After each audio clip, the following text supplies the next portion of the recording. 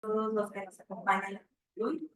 Mi nombre es Gabriela Campú, soy investigadora del Instituto de Estudios Políticos de la Facultad de Derecho y Ciencias Sociales de la Universidad de Monterrey.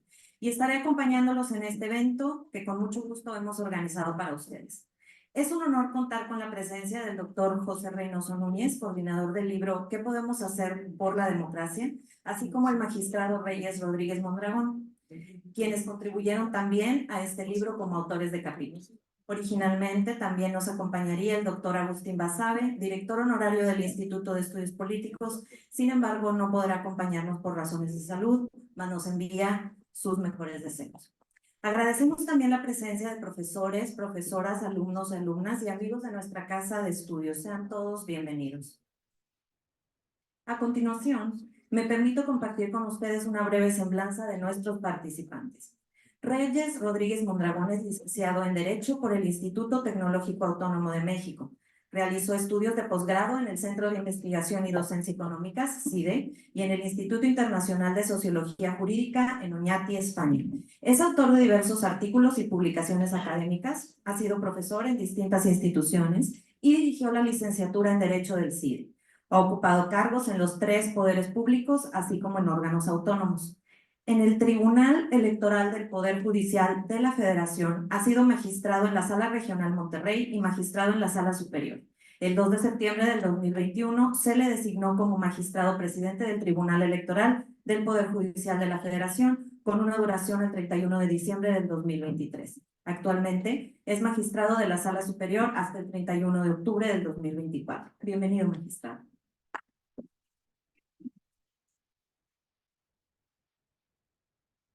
A continuación, me permito presentar al doctor José Reynoso Núñez. Él es doctor en Ciencia Política y Master of Arts en Estudios Políticos Europeos por la Universidad de Heidelberg en Alemania. Es magíster en Derecho Público con mención de Derecho Constitucional por la Universidad Católica de Chile y licenciado en Derecho por la Universidad Panamericana, sede Guadalajara, en donde también es profesor de Derecho Electoral. Fue consejero del Instituto Electoral y de Participación Ciudadana del Estado de Jalisco de 2014 a 2017.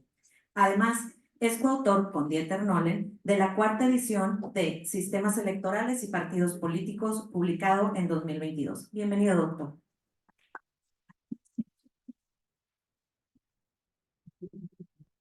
Sin más, voy a ceder la palabra al magistrado Reyes Rodríguez Mondragón para que inicie la presentación y nos comparta sus comentarios sobre la obra. Adelante. Gracias. Muy buenos días a todas y todos. Agradezco al Instituto de Estudios Políticos de la UDEM, la Universidad de Monterrey, por recibirnos para la presentación de este libro. También agradezco y saludo la presencia del doctor Azuara, decano de la Facultad de Derecho y Ciencias Sociales de aquí, así como a Gabriela Cantú, investigadora del instituto, y gracias por moderar esta presentación. Al doctor Basabe, saludos y que esté bien. Y al doctor José Reynoso, muchas gracias por organizar, invitarme a la presentación del libro ¿Qué podemos hacer por la democracia?, coordinado por el doctor José y el doctor Diego Valadez. Saludo también a quienes nos siguen de manera virtual. Y bueno, voy a dar un comentario, ¿no?, en general, por aproximadamente 15 minutos. Con el cambio del milenio, en el año 2000, el mundo vislumbraba un esfuerzo esperanzador y optimista. Tras el fin de la Guerra Fría, se creía que la democracia liberal había triunfado como el mejor sistema de gobierno. Justo en ese año, en el año 2000, México daba un paso más a la tan añorada democracia, lo cual se materializó con la primera alternancia en la presidencia de la República, que puso fin a la hegemonía por más de 70 años de un partido político. Después de 24 años, hoy, tanto en el mundo como en México, vemos cambios y voces críticas que parecen ir en otra dirección. Un descontento democrático y el deseo de avanzar hacia un nuevo sistema político. Métricas de distinta índole han constatado esta realidad, esta percepción. Por ejemplo, el último reporte del Latinobarómetro muestra una erosión democrática en América Latina, en donde esa convicción democrática pasó de 63 a 48% en la última década.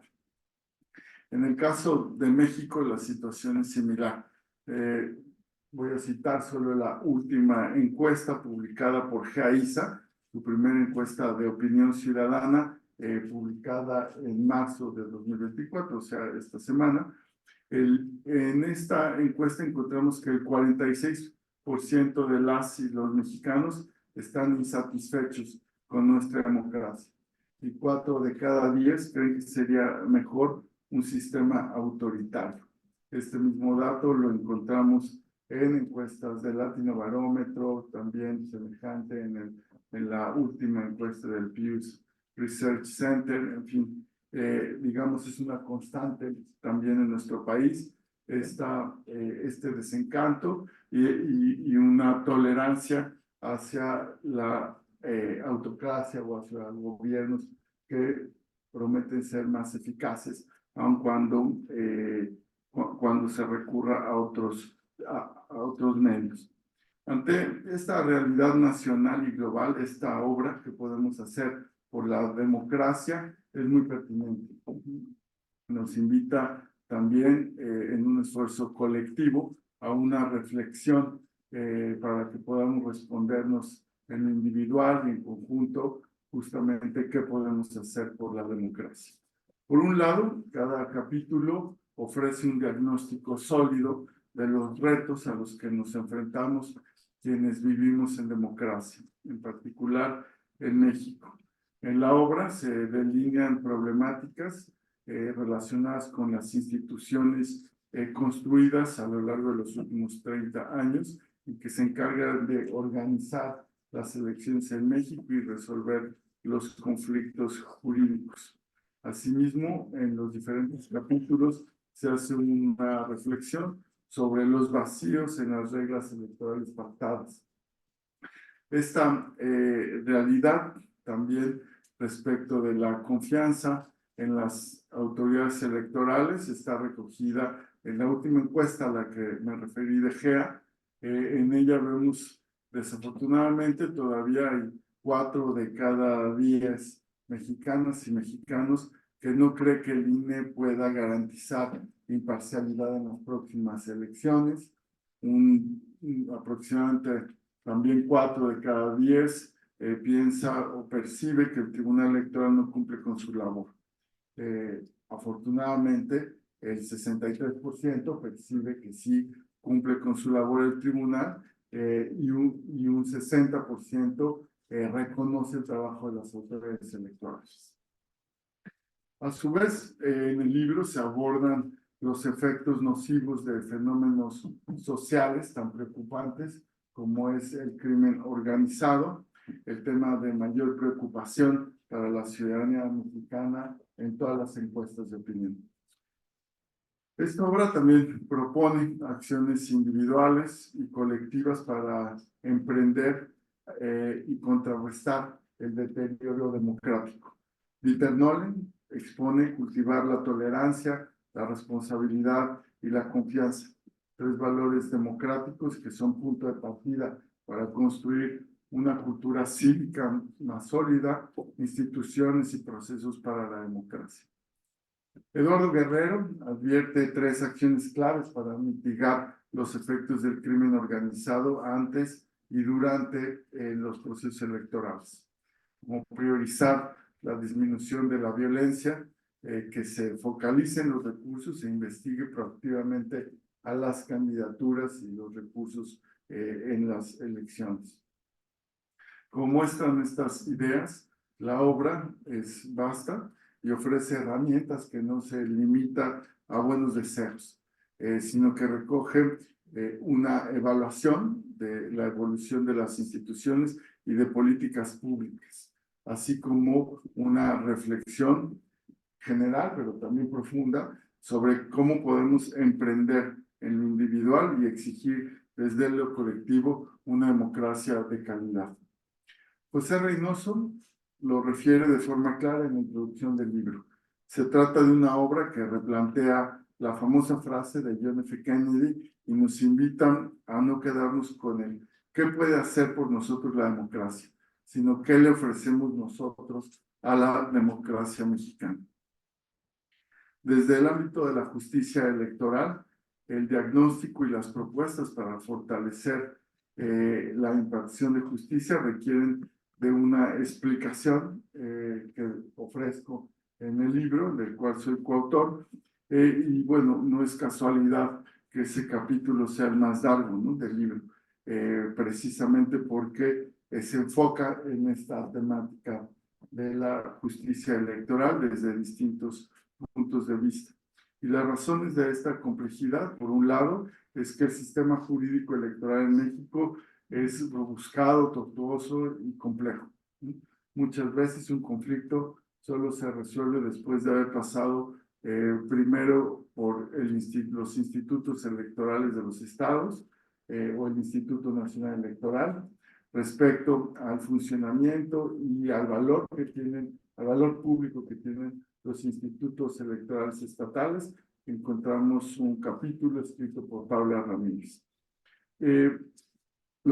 Después de pasar por estos organismos administrativos electorales, generalmente las controversias se resuelven en tribunales electorales locales, en salas regionales y llegando hasta la última instancia, que es la sala superior del Tribunal Electoral, que pertenece al Poder Judicial de la Federación.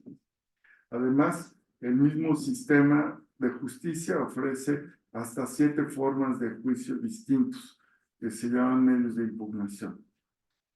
Por otro lado, las sentencias dictadas suelen ser fruto de un debate jurídico que se va construyendo desde una visión técnica especializada, imparcial, objetiva, y de forma que tanto el razonamiento como el lenguaje en muy pocas ocasiones pues responde al sentido común o al lenguaje claro. Ambos elementos dificultan explicar el papel que juega la justicia electoral en una democracia y su valor público. Sin embargo, como menciono en el texto, lo más destacable de la justicia electoral es su papel como guardián de la ley, como garante de los derechos políticos, de los derechos electorales de la ciudadanía y su efectividad, su eficacia. Es decir, asegurar que todo proceso electoral cumpla con las reglas de juego pactadas en la Constitución, en las leyes electorales, por supuesto, y no bajo una coyuntura política o una lógica en donde se impongan los intereses político-partidistas sobre la ley. En este sentido, la justicia electoral mexicana ha evolucionado, pero sigue enfrentando retos, desafíos. Por ejemplo, un primer reto de la justicia es defender los derechos electorales, los derechos políticos de grupos minoritarios en un contexto de mayorías electorales. Como relatan varios autores en el libro, buena parte de las democracias en el mundo, incluyendo la mexicana, están en un punto de inflexión en el que las mayorías desean imponerse. El papel de la justicia electoral es evitar que las mayorías vulneren los derechos de las minorías, entre otras funciones. Un segundo reto es mantener la legitimidad de los tribunales electorales a través de sus decisiones. Los tribunales de todo tipo son, por definición, un espacio para resolver conflictos de forma pacífica, para ejercer el arbitraje por un tercero neutral ante intereses contrapuestos. Lograr que en efecto se cumpla ese propósito exige no solo dictar sentencias acertadas desde la perspectiva legal, sino también que así las perciba la sociedad y que los partidos políticos o los sujetos regulados las acaten. Es decir, solo si las personas consideran que la justicia se imparte con neutralidad, con independencia, con imparcialidad, con autonomía, sin beneficiar sesgadamente a alguna de las partes, cumplirá con lo que se dicte en las sentencias de un tribunal. El ámbito electoral no es la excepción. Además, se requiere que no solo las personas, sino también autoridades gubernamentales, partidos políticos, candidaturas que están en una competencia, en una contienda por acceder al poder público y a la representación ciudadana, crean, obedezcan la ley y cumplan con esas sentencias. Es decir, que se asuman una actitud democrática en un Estado de Derecho. Por último, un tercer reto es generar condiciones jurídicas estables en un entorno político complejo, en un entorno normativo electoral también pues, muy vasto. Como ya mencionaba, la realidad democrática en el mundo y en México está en un esquema de cambios importantes. Esto implica, como es sabido, que la realidad supera al derecho en muchas ocasiones. El papel de los tribunales es precisamente el de realizar interpretaciones legales para reducir la brecha entre realidad y derecho. Mientras más compleja sea la realidad o más cambiante, más complicado resulta dictar sentencias que doten al sistema democrático de la predictibilidad que lo debe caracterizar. Ante estos tres retos, ¿qué podemos hacer desde el Tribunal Electoral por la democracia? Desde la lectura de este libro, al cual les invito, van a encontrar una respuesta dual o una propuesta que hago y consiste básicamente en implementar esquemas de justicia abierta orientados a la ciudadanía. Y dos, juzgar con una perspectiva de integridad electoral. La primera apuesta, una justicia electoral abierta, ciudadana, implica transparentar los procedimientos administrativos y jurisdiccionales, hacer del tribunal algo cotidiano para la ciudadanía, permitir la participación ciudadana facilitando esquemas, no solo de audiencias, sino también de una construcción conjunta de políticas institucionales. Cómo mejorar la accesibilidad a los servicios judiciales. Esto lo ha hecho el tribunal a lo largo de varios años en cooperación con la academia, con la sociedad civil, con las universidades y con los usuarios de la justicia electoral. Parece sencillo, pero no lo es. La tarea de construir colectivamente, de generar colaboración y participación ciudadana, requiere de una firme convicción, tanto al interior de los tribunales como al exterior, para que la ciudadanía realmente se acerque y haga valer sus derechos. Y los partidos políticos o los usuarios de la justicia colaboren en el fortalecimiento de las instituciones electorales. La segunda apuesta, juzgar desde la perspectiva de integridad electoral, implica tomar decisiones que se adhieran a los principios democráticos, aún ante situaciones extraordinarias, así como a los estándares internacionales de derechos humanos, ¿no? y los estándares en general que exige la perspectiva de integridad electoral. Es decir, hay que privilegiar y garantizar que el voto sea verdaderamente libre, universal, que la participación política sea en condiciones de legalidad, de equidad, y que toda mala práctica, ya sea desde condicionar el voto de las personas, ¿no? O tener una injerencia indebida en los procesos electorales, sea investigada y si resulta, digamos, violatoria de la normatividad, sea sancionada. Como queda claro, resulta imprescindible que la supervisión judicial en las elecciones sea imparcial, independiente y autónoma, pero que sea efectiva y sostenible. Solo con esta serie de criterios, de parámetros, será posible, ¿no?, garantizar elecciones realmente libres, competitivas, justas, con calidad democrática. Para concluir, los invito a mantener una actitud optimista, aunque todavía hay un trecho por recorrer. Los pasos dados se han sentado sobre ciertas bases que se mantienen sólidas. Y ello, digamos, como les mencionaba, se refleja en que la confianza de la ciudadanía ante las autoridades electorales se mantiene en números aceptables, ¿no? Del 60% hacia arriba. La justicia electoral, como la administración electoral, forman parte imprescindible de un engranaje democrático contemporáneo. La función de estas instituciones es que la ciudadanía alcance los consensos, ¿no? Para decidir quiénes efectivamente los representan y para que a través de vías pacíficas propicien el desarrollo que nuestra sociedad merece. Diego Valadez, en el prólogo de la obra, narra que el asidero de una mejor democracia está en la ciudadanía y su determinación por construir un proyecto lúcido de sistema político en el que aspira vivir también depende de la ciudadanía. Ustedes, ¿no? Universitarios, universitarias, ojalá puedan acceder a esta obra, ¿no?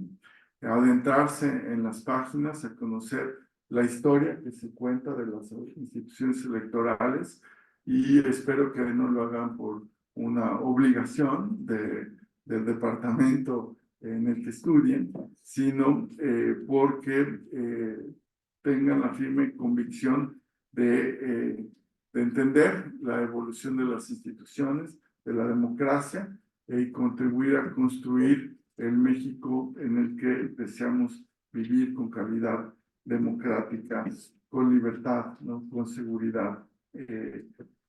Y que su convicción y compromiso se reflejen en la participación electoral el próximo 2 de junio, en donde en todo México se celebrarán elecciones para elegir a representantes a nivel federal y en muchas entidades a nivel de los congresos estatales, ayuntamientos y en 9 gubernaturas. Muchas gracias por la oportunidad de presentarles este libro, pero reitero de invitarles a participar en esta elección, informarse y votar el 2 de junio.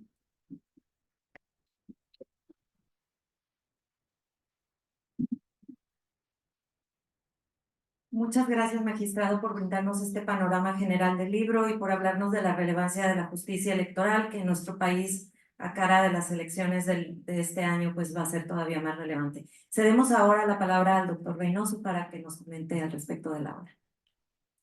Buenos días a todos y a todos. Muchas gracias, doctora Cantú. Muchas gracias, magistrado Reyes, por los comentarios. Bueno, también saludo al doctor Basabe. Agradezco al Instituto de Estudios Políticos de la Universidad de Monterrey por esta oportunidad, doctora Suara, decano de la facultad, también a José Friedman. En mi exposición me referiré a 3 aspectos muy puntuales. Primero, el origen del libro. Segundo, algunas preocupaciones por la democracia. Y tercero, algunas respuestas que el libro propone a la pregunta ¿qué podemos hacer por la democracia? Primero, el origen del libro. Como relato en la introducción de este libro, la idea surgió en algunas conversaciones con un amigo, Carlos Ruiz Velasco, un destacado empresario tapatío. Platicábamos cómo podíamos vincular los esfuerzos de alguien que se dedica a la empresa y alguien que se dedica en parte a la academia. ¿Qué podíamos hacer ante algunas preocupaciones que teníamos por la democracia? Conversamos sobre esto en conjunto y surgió primero la idea de que fuera una conferencia que estuviera impartiendo para efectos de informar sobre qué son las instituciones que fortalecen la democracia, qué es la democracia, etc. Pero después surgió la idea del libro, que finalmente se convirtió en el libro. Esto fue en noviembre de 2022, precisamente. En noviembre de 2022 se presentó en la Feria del Libro de Guadalajara la 4ª edición del libro Sistemas Electorales y Partidos Políticos del profesor Dieter Nolen. El profesor Nolen, participó en la presentación y refiriéndose a aquel libro que se presentaba, el libro de Sistemas Electorales y Partidos Políticos, dijo lo siguiente, y lo cito. Decía el profesor Nolen: sin embargo, cuando pasamos de una perspectiva pasiva, de ser expuestos a desafíos que provienen de fuera de nosotros, a una perspectiva activa que involucra la idea de que podemos aportar nosotros mismos algo a que nuestro futuro sea democrático, se revaloriza la obra. Decía referida a aquel libro. Este cambio de perspectiva representa una variante de la sugerencia de John F. Kennedy de no preguntar por lo que la democracia puede ofrecernos, sino por lo que cada uno de nosotros puede aportar a la democracia.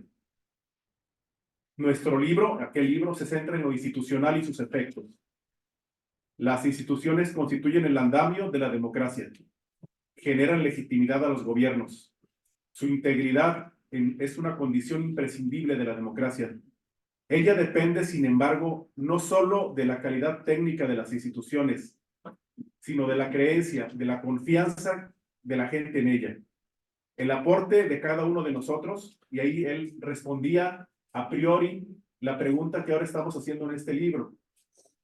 Él decía, el aporte de cada uno de nosotros podría consistir en informarse sobre la democracia, en conocer las instituciones y sus funciones, en saber diferenciar, en cultivar la comparación acorde con la experiencia de que quien solo conoce su propio país no lo conoce bien. Termino la cita. Comenté estas ideas con mi amigo Carlos Ruiz Velasco y así se concretó este libro. Después invité a Diego Valadez para que aceptó ser co-coordinador del libro y así fue como inició el libro que se presenta el día de hoy. He observado que el título del libro llama la atención porque ofrece, creo yo, un enfoque para abordar la situación actual de la democracia. Si habláramos en términos de variables, de variable independiente y dependiente, podríamos decir que el enfoque del libro considera la democracia como una variable dependiente de lo que podemos hacer por la democracia, que sería finalmente una variable independiente. Creo yo que la ventaja de este título es que es una llamada a cada uno de nosotros. ¿Qué puedo hacer yo o tú por la democracia? ¿Cómo puedo contribuir para que en México se preserven los valores que trae consigo la democracia? Es una pregunta que corresponde a un deber cívico. De lo que hagamos cada uno de nosotros por la democracia depende el futuro de nuestro país. Citando precisamente a Dieter Nolen, la defensa de la democracia no puede prescindir de una Haltung, que es un concepto alemán que quiere decir una postura individual y colectiva favorable a la democracia. Y hay que decirlo con claridad. Todavía tenemos la oportunidad de hacer algo por la democracia, pero esa oportunidad no durará para siempre. Paso ahora a la segunda parte de mi exposición, que tiene que ver con preocupaciones por la democracia. Y quisiera referirme a algunas preocupaciones que motivaron este libro y que siguen surgiendo. Preocupa, y esto es una postura personal, que a pesar de que se ha negado constantemente, se estén importando diseños institucionales en México, o se quieran importar diseños institucionales en México que comparativamente han demostrado resultados nocivos para la democracia. Por ejemplo, la revocación de mandato a nivel presidencial, que solo existía antes que México en Bolivia, Ecuador y Venezuela. Países que se convirtieron en autoritarismos plebiscitarios con algunas variaciones. Habría que preguntarse por qué quienes toman estas decisiones toman como modelo, por ejemplo, en el ámbito de la democracia participativa directa, a Venezuela y no a Uruguay, siendo Uruguay precisamente el ejemplo más exitoso de participación directa. Otra preocupación que ha surgido y que la propuesta de elegir a ministros o ministras de la Corte por voto popular, lo que solo existe en Bolivia con resultados muy problemáticos. Preocupa, por ejemplo, también que hace unas semanas el CONACYT haya organizado un foro para democratizar supuestamente la justicia en México y se haya invitado a un magistrado de la Sala Constitucional del Tribunal Supremo de Venezuela para tomarlo como modelo de democratización de la justicia, cuando ese tribunal venezolano está cooptado por el régimen de Maduro. Ese tribunal ha sido uno de los operadores de la destrucción de la separación de poderes en Venezuela. ¿Qué podemos hacer por la democracia desde la academia? Y voy a citar otra vez a mi maestro, el profesor Nolen. El profesor Nolen dice, en la academia no cabe la diplomacia. Y ha dicho también, citando a Alexis de Tocqueville, no puedo ser tan cobarde para no decir las cosas como las veo. Paso ahora a la tercera parte de mi presentación, la contribución que puede tener el libro y cómo podemos responder a la pregunta desde el libro de lo que podemos hacer por la democracia. Mencioné que la idea de este libro surgió de preocupaciones por la situación de la democracia en nuestro país. Quisiera mencionar algunas, perdón, me equivoqué, estoy retrocediendo, eso ya lo dije. He intentado sintetizar las respuestas a la pregunta del título del libro, ¿qué podemos hacer por la democracia? A partir de lo que proponen las autoras y autores en este libro. ¿Qué puedo hacer yo como ciudadano, como electorado, como político, como académico o como funcionario por la democracia? En primer lugar, estudiar, vivir y defender los valores de la democracia, que como dice el profesor Nolen, son tolerancia, responsabilidad y confianza. Él destaca estos valores, evidentemente hay muchos más, pero él destaca estos valores como valores de entrada de la democracia, como valores que fortalecen la democracia. En segundo lugar, y aquí cito al magistrado Reyes, que dijo esto en alguna presentación, es el magistrado Reyes, mejorar los argumentos, no alzar la voz. En tercer lugar, como dice Guadalupe Salmorán en este libro, distinguir los conceptos de democracia y autocracia y no mezclarlos. Hay algunos conceptos que se están utilizando, incluso de autores muy destacados, pero que conceptualmente tienen algunos problemas. Por ejemplo, es un concepto que sí tiene problemas, en mi opinión, como el de autoritarismo competitivo.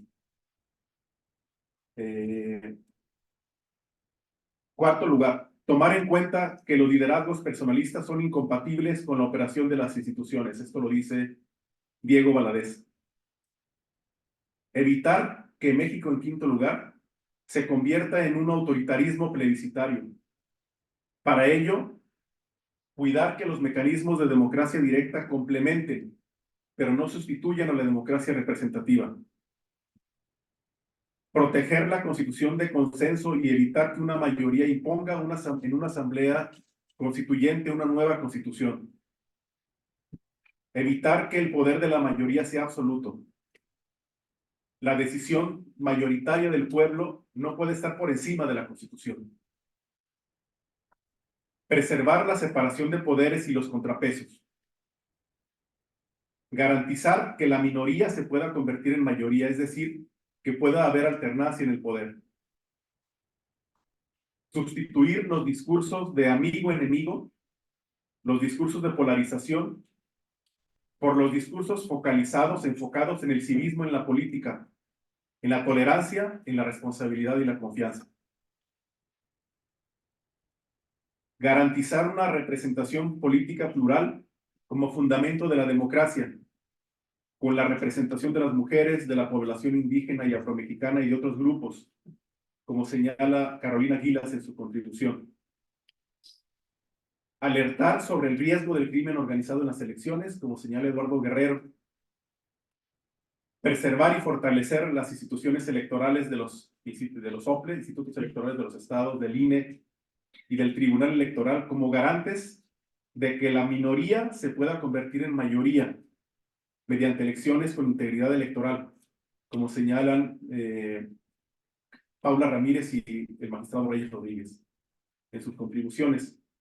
Conocer las instituciones que pueden impedir y las que pueden ocasionar la erosión democrática en el presidencialismo, como señala el profesor Antonio Garrido en su artículo que escribe en el libro.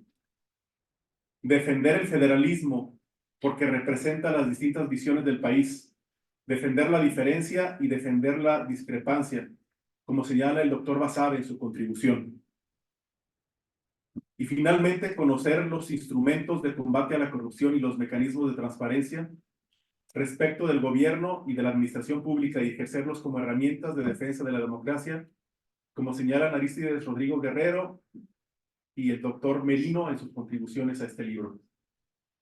Quisiera, para concluir, agradecer mucho a los autores y autoras de este libro y quisiera mencionarlos: Agustín Basabe, Antonio Garrido, Carolina Gilas, Rodrigo Guerrero, Eduardo Guerrero, Mauricio Merino, Dieter Nolen, Arturo Núñez Jiménez, Paula Ramírez, Reyes Rodríguez, Guadalupe Salmorán, Ricardo Valle y Diego Valadez. Muchas gracias a todas y a todos.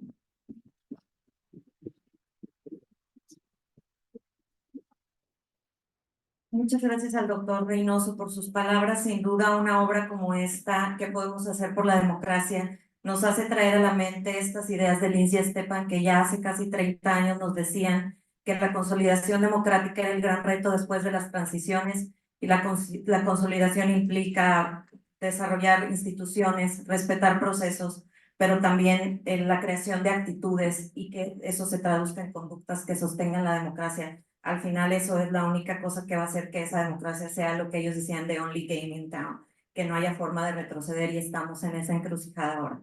Les agradecemos a los dos por sus intervenciones y ahora pues daremos paso a la sección de preguntas y respuestas de parte de nuestro público. Les recordamos que las opiniones compartidas en este espacio son de exclusiva responsabilidad de quien las emite, no representan necesariamente el pensamiento de la universidad, de algún movimiento o de algún grupo. Les solicitamos a nuestra audiencia que levanten la mano, realicen su pregunta y les pedimos que nos compartan también su nombre, carrera y hagan la pregunta para nuestros invitados. Adelante, por favor. Sí, bueno, buenos días. Yo soy José Álvaro Villarreal Ochoa, de la carrera de Relaciones Internacionales. Bueno, primero que nada, pues muchísimas gracias por estar aquí, por compartirnos un poco de su obra. Quería hacerle la pregunta a ustedes dos, doctor Valadez, doctor Reynoso. En los años pasados, pues, se ha argumentado que la democracia ha quedado exhausta y en parte se considera, al menos aquí en México, especialmente en personas, en la población más joven, que si bien es importante que el voto sea libre y único, pues también se ha mostrado una falta de interés en participar en elecciones o en general en la participación política. Entonces, por ello, respecto a la pregunta que se basó el doctor Reynoso al principio de John F. Kennedy, de qué le ofrecemos a la democracia mexicana, yo en parte me pregunto cómo se puede estar motivado a ofrecerle algo a la democracia, cómo se puede transitar a un sistema más democrático si el gobierno busca tomar medidas más autoritarias, si hay una falta de confianza en las instituciones políticas, y cómo saber si nuestra llamada y acción de hacer algo por la democracia realmente sí va a tener un efecto significativo en el país. Y bueno, pues esto es, en fin, para tener esta perspectiva pues optimista sobre la democracia, y pues justo por esto quisiera tener más en claro estas cuestiones.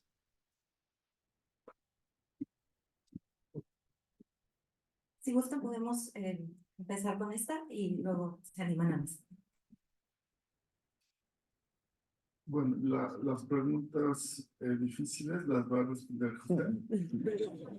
usted. Pero yo voy a tomar la parte fácil de esta pregunta. ¿Qué nos puede motivar, ¿no?, a participar y aportar algo a la democracia?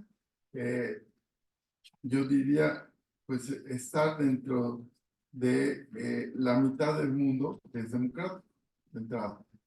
Según los reportes, el último de Biden, Variety of Democracy, hay 91 democracias en el mundo contra 88 regímenes autoritarios.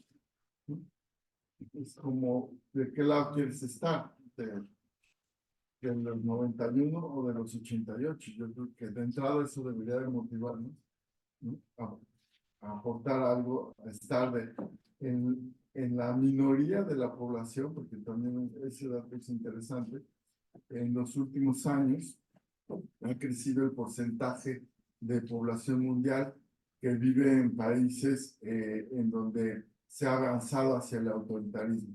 De hecho, el porcentaje de población que vive en países en democratización es menor a los que viven en avances hacia el autoritarismo.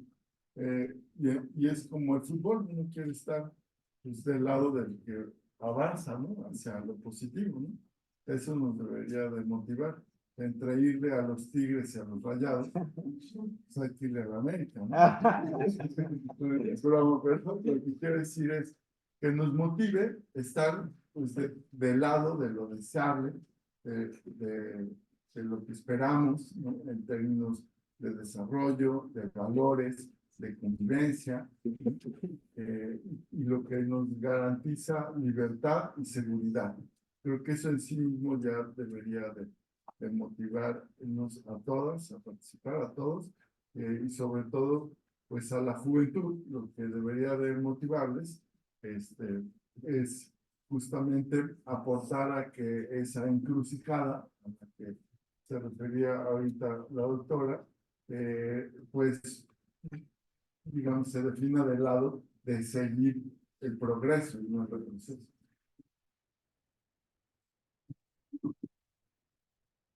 Sí, sobre esta pregunta, hace unos días yo doy la clase de Derecho Electoral en la Universidad Panamericana Guadalajara y nos visitó una diputada local para plantear el tema del por qué una diputada joven que tiene la inquietud de estar viendo por qué los jóvenes no participan o participan poco. Y de hecho es un tema crucial, es un tema muy importante, están participando poco, se ve poco entusiasmo. Y a mí me llamó la atención, ella les preguntó, díganme por qué no participan. Entonces las respuestas que se escucharon fueron que están abrumados, o sea, que les abruma escuchar noticias, que todo lo que se escucha es negativo, o sea, que por eso se alejan de la política. Por todo lo que se escucha, es abrumador lo que se escucha, no hay nada motivante en lo que se escucha. Entonces me sorprendió la respuesta. Y yo lo relaciono, no he construido una respuesta al respecto, pero el profesor Nolen dice que es muy importante distinguir en los conceptos. Aquí hay un problema conceptual. Si utilizamos un concepto mínimo de democracia, un concepto que tenga que ver con las elecciones, no con los resultados, pudiéramos quizá encontrar una solución. Se le está atribuyendo a la democracia cosas que no le corresponden a la democracia. O sea, una cosa es que las políticas públicas tengan resultados positivos que puede ocurrir en una democracia o en una que no sea democracia. Y otra cosa es atribuirle a la democracia, es decir, utilizar un concepto amplísimo de democracia, donde todo lo que tenga una connotación positiva se asocia a la democracia. Pero en realidad yo creo que la solución desde un punto de vista conceptual sería utilizar un concepto más restringido de democracia, siguiendo esta lección del profesor Nolen, un concepto restringido de democracia y distinguir de los resultados de la democracia. Esa sería una aproximación a la solución o quizá una solución. O sea, distinguir los conceptos. ¿De qué estamos hablando pues, cuando estamos hablando de la democracia? No sé, esa sería una aproximación a esta pregunta difícil en realidad de responder. Gracias. Muchísimas gracias. ¿Otra pregunta? Acá tenemos preguntas.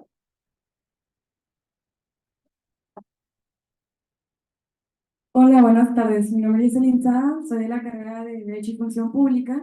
Y pues muchas gracias por sus palabras, la verdad está muy interesante. Y pues ahorita, como sabrán, está lo de la reforma que ha propuesto nuestro presidente, que los ministros de la Suprema Corte sean elegidos por voto popular. Mi duda es que si esto realmente va a afectar la democracia, porque veo que muchas personas están en contra, pero también me pregunto, ¿por qué si podemos elegir por voto popular otros cargos como son los legisladores, los senadores, alcaldes, gobernadores, presidente, pero ¿por qué no podremos elegir a los ministros? Mi duda pues final es, o sea, ¿hasta qué punto afecta la democracia con esta reforma en dado caso que sí se llega a aprobar? Gracias. Eh, Qué bueno que tiene una carrera que se llama Derecho y Función Pública, la verdad. Parte de reivindicar la política y que la gente participe en ella es reivindicar lo público. Y en ese, digamos, en esa lógica, yo, Elisa, ¿verdad? Ah, yo sí. Yo no voy a poder responder tu pregunta, porque soy funcionario público, soy magistrado del Tribunal Electoral, y si bien es una iniciativa del Ejecutivo Federal, ya la han adoptado algunos de, pues, un partido político que está en la contienda y una candidata, ¿no?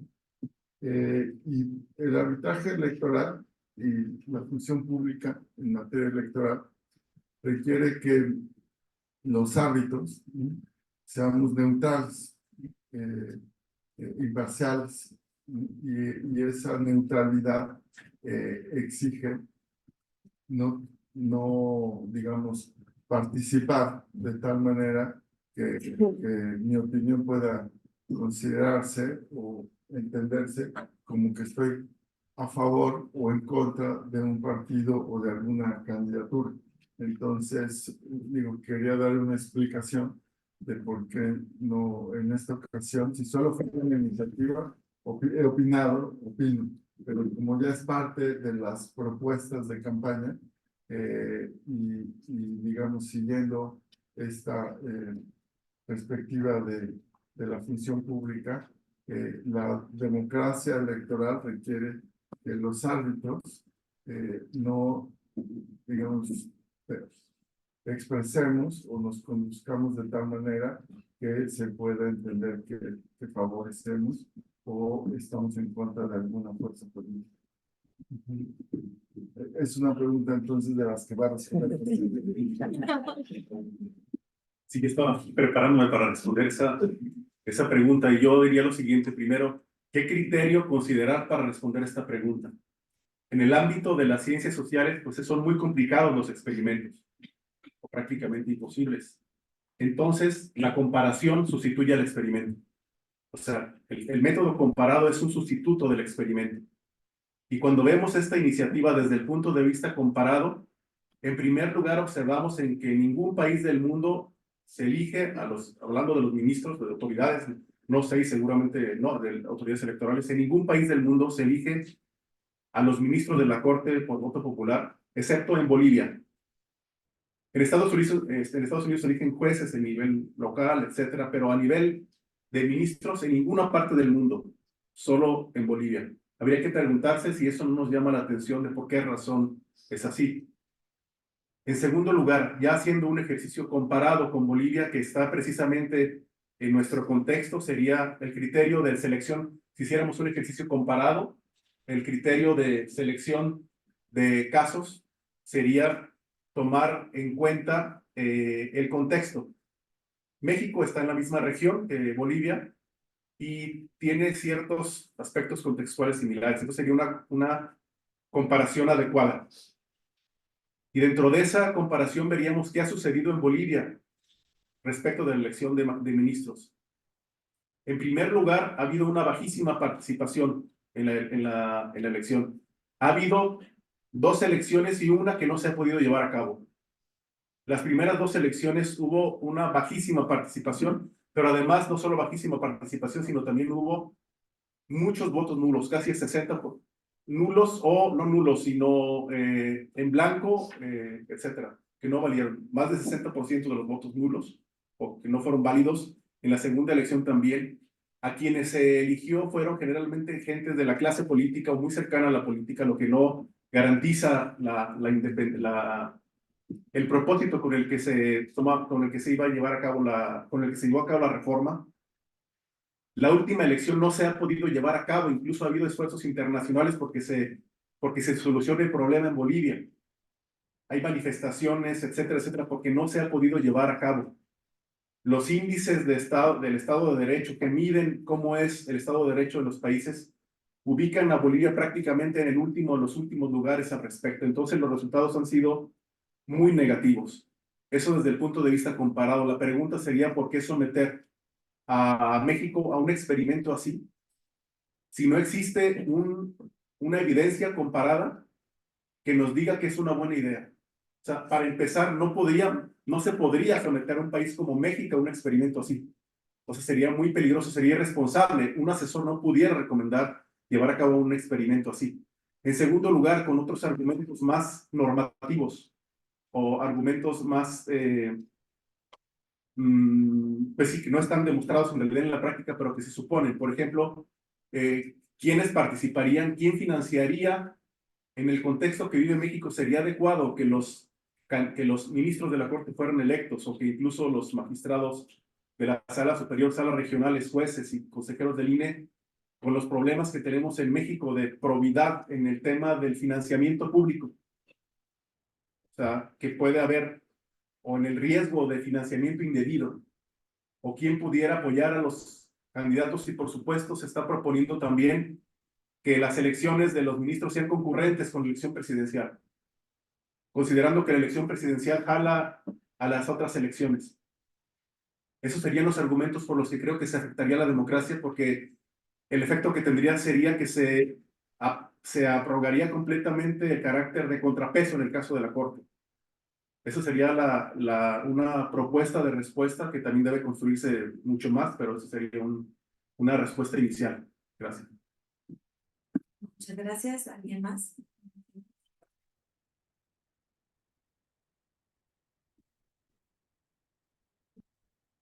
Mi nombre es Regina Julián, soy estudiante de la carrera de Derecho y Función Pública, voy en segundo semestre, y la verdad es que a mí me apasiona todo el tema de participación ciudadana. Y estaba leyendo varias leyes que se enfocan justamente a aportar a una democracia, y aquí en el estado en el 2016 se hizo la ley de participación ciudadana, y la verdad es que tiene muchísimos mecanismos como la consulta popular, la consulta ciudadana, la iniciativa popular, la audiencia pública, el presupuesto participativo y pues muchísimos otros mecanismos. Y pues hemos visto presentes la iniciativa popular y la consulta ciudadana ahorita con el tema de la refinería de Cadereyta, que se está haciendo una. Sin embargo, muchas personas desconocen de estos mecanismos. ¿Creen ustedes que esta ley aporte a la democracia y sea realmente una herramienta de participación ciudadana? ¿O faltaría reformular algo para que realmente logre ese objetivo?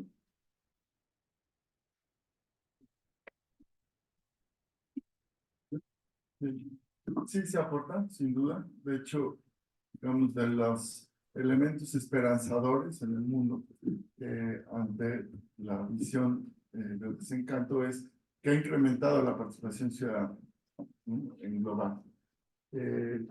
Ahora, la participación ciudadana, de hecho, la podemos ver como una institución, ¿no?, con prácticas, ¿no? Y también uno de los elementos esperanzadores de la democracia en el mundo es mantener las instituciones que sirven de contrapeso, ¿no? Entonces, no solo instituciones formales, sino también informales, y la participación ciudadana es una institución que sirve de contrapeso a la concentración del poder o a la toma de decisiones, digamos, concentrada. Entonces, por supuesto que aporta. Hay que ver el diseño de cada, digamos, institución de participación ciudadana, ¿no?, de cada ley, y mientras el diseño garantice condiciones, ¿no?, de una participación informada, libre, también garantías sobre lo que sí puede participar la ciudadanía. Normalmente encontramos restricciones, no puede participar en temas fiscales, ¿no? Pues porque los intereses generalmente individuales nos podrían llevar a malas decisiones de interés público en materia fiscal. Y bueno, hay que analizar bien a bien cómo está, digamos, el diseño de estas instituciones. Y sí, hay experiencias exitosas también, ¿no?, en México. No solo, digamos, a nivel federal está la revocación de mandato, hay otro tipo de mecanismos de participación ciudadana y exitosos, como puede ser el del presupuesto participativo, ¿no?, o algunas otras decisiones que se toman a nivel de políticas públicas municipales, ¿no?, locales, en donde efectivamente las decisiones más inteligentes se toman generando condiciones para que la ciudadanía quienes son los que enfrentan los problemas cotidianos, aporten soluciones, ¿no? Entonces, sí, las decisiones más inteligentes en el ámbito público se pueden tomar a partir de esta participación ciudadana, ¿no? Libre e informada, ¿no? Entonces, ojalá, digamos, hubiese también una promoción de los casos de éxito, ¿no? Digamos, yo creo que efectivamente uno de los problemas que desanima es que estamos constantemente enfocados en los casos de fracaso, ¿no? O dando malas noticias, ¿sí? Efectivamente eso desmotiva. Entonces, me parece que una forma en la que podemos contribuir también es discutiendo dónde están los puntos, digamos, de éxito, los casos de éxito, y las cuestiones que nos tendrían que estar dando esperanza y entusiasmo para construir un futuro de mayor calidad democrática. Así que gracias por compartirnos esta información. Sí, dos de los expertos en el mundo que más se ha dedicado a estudiar este tema son la doctora Well, es argentina, y el doctor David Altman, él es uruguayo. El doctor Altman está en la Universidad Católica de Chile, en la Facultad de Ciencia Política, y él dice lo siguiente: hay que distinguir los mecanismos de participación ciudadana directa, los que son promovidos por la ciudadanía y los que son promovidos desde el gobierno. Los que funcionan a partir de la experiencia de la investigación comparada en Suiza y en Uruguay, que son los prototipos de ese tipo de participación, son los promovidos por la ciudadanía. Esa es una característica, no los promovidos por el gobierno. De hecho, está prohibido, tanto en Suiza como en Uruguay, que sea el gobierno el que consulte, a menos que sea obligatorio consultar. Por ejemplo, que sea obligatorio consultar una reforma constitucional. Pues siempre se consulta, pero no, según el doctor Altman, no se puede dejar a la discreción del gobernante a consultar. Aquí hay que distinguir también si se trata, como decía el magistrado Reyes, federal o local. En local los riesgos disminuyen. A nivel municipal o local hay otra valoración de los mecanismos de democracia directa. Entonces la valoración hay que distinguir si es federal o local. Pero en general, las conclusiones a las que llega el doctor Altman son, primero, que no pueden ser las consultas, no deben provenir desde arriba. El presidente no puede arbitrariamente decir consulto o no, porque el riesgo que se hace es que se haga un autoritarismo plebiscitario, es decir, que el presidente gobierna a partir de plebiscitos. Segundo, que sea obligatorio. Y en Uruguay ha tenido mucho éxito el que sea obligatorio porque obliga a los partidos a negociar. O sea, se juntan el número de firmas requerido y obligan a que los partidos traten y resuelvan un tema. Eso es fundamental. Y tercero, que esos mecanismos no traten de sustituir a la democracia representativa. Condiciones para que funcione, que haya un sistema de partidos consolidado. Eso es fundamental. El profesor Roland dice que en América Latina los mecanismos de democracia directa, justo por esas características, han sido la mayor desilusión en el ámbito de las reformas. Porque se implementaron en el peor timing, en el momento en que los partidos estaban en su peor crisis, y por tanto sirvieron para tratar de sustituir a la democracia representativa por la democracia participativa. Respecto a la pregunta concreta, sí puede, por supuesto puede funcionar, si cumple esas características. Quizá el diseño tendría que ser ese, o sea, que con un número de firmas adecuado, que sea factible de cumplir, la ciudadanía pueda someter a consulta, pero solo la ciudadanía, no el gobierno, porque si no el gobierno pueda manipular la consulta. Esa sería también una propuesta de respuesta. Muchas gracias. ¿Alguien más que tenga una pregunta? ¿Tienes más para cerrar? Sí.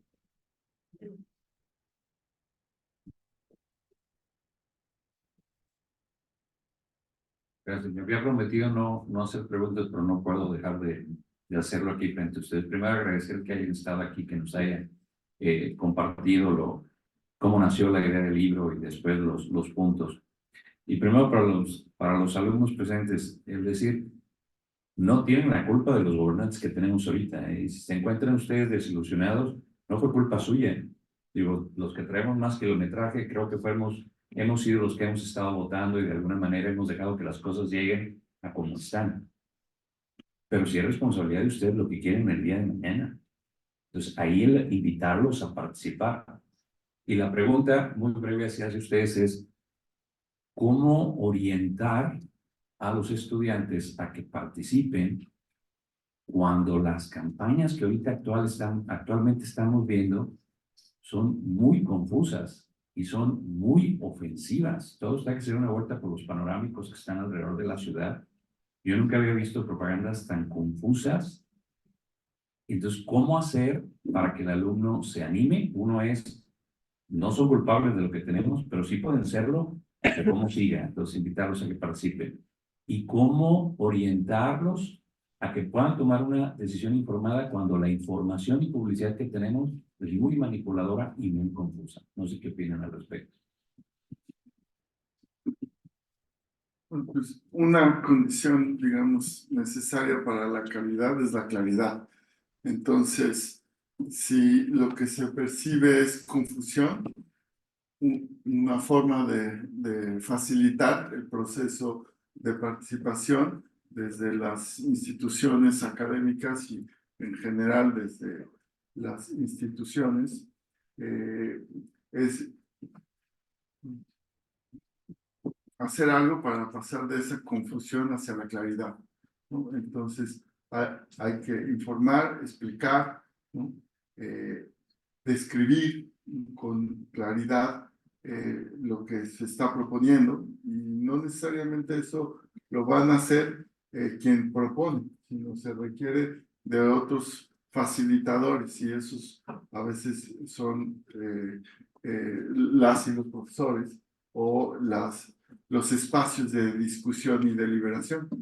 Otra forma es de esa polarización que se puede definir así, ¿no? Las campañas negativas o estas estrategias, digamos, de confrontación. Hay que también, digamos, explicarlas. Son parte de la democracia y la competencia electoral.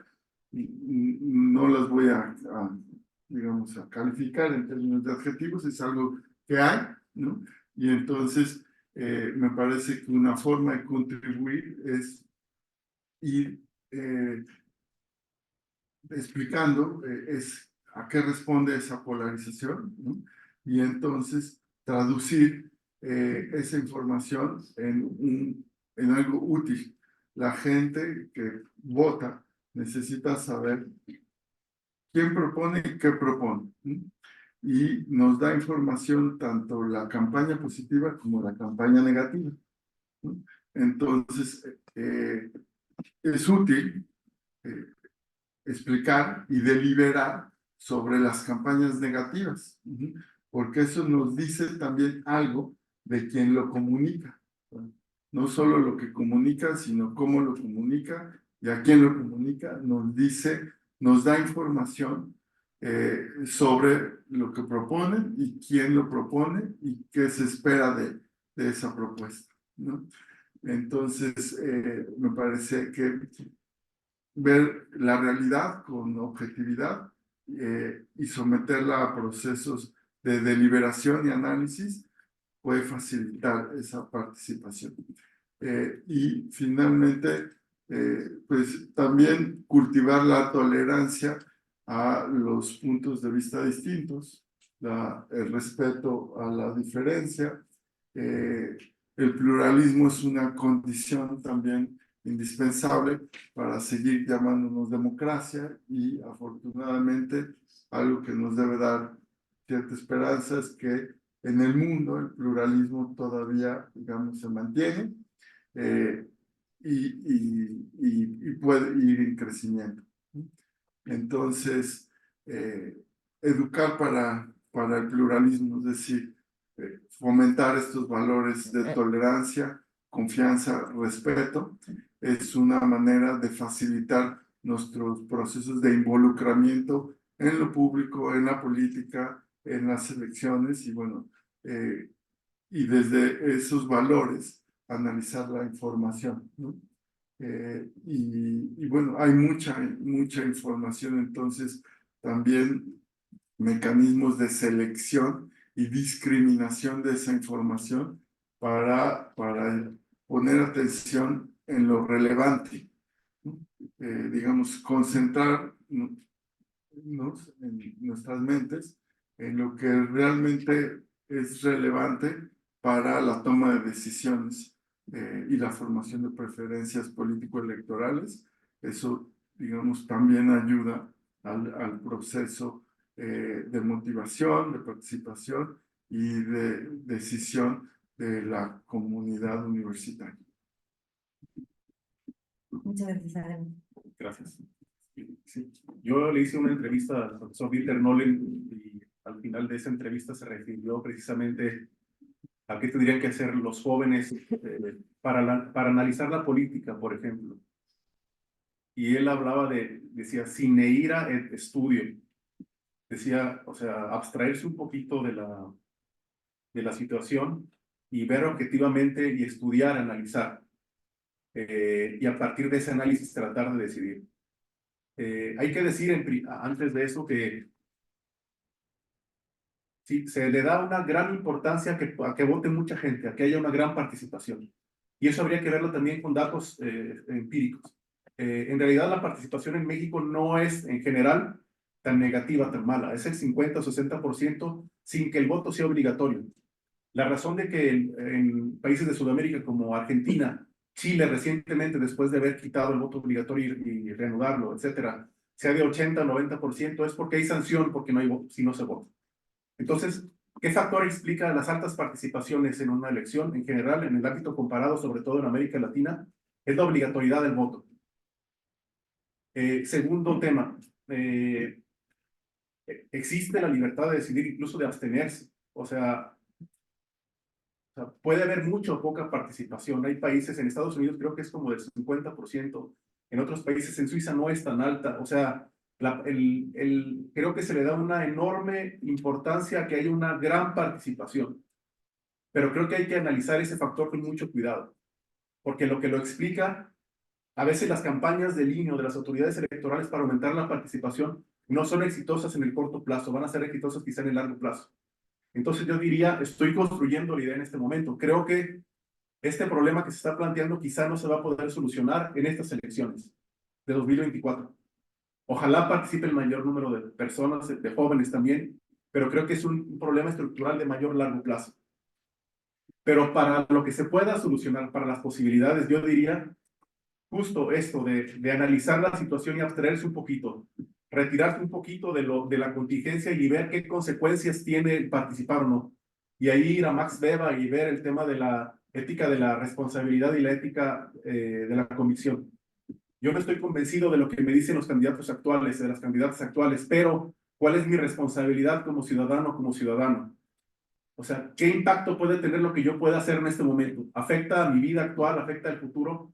Y hacer una valoración. Si después de eso no me convence nadie, pues existe también la opción de no hacerlo. Y también tiene un valor, o sea, jurídico, habría que valorarlo. En Brasil, por ejemplo, mucho tiempo los votos en blanco tenían valor, contaban para el cómputo.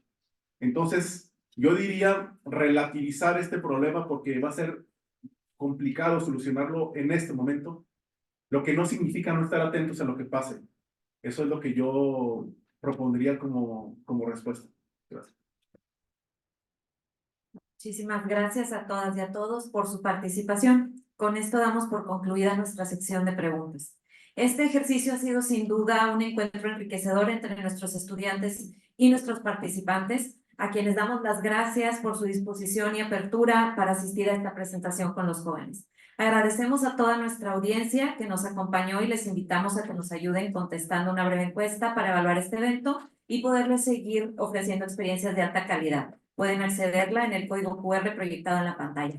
Muy buenas tardes.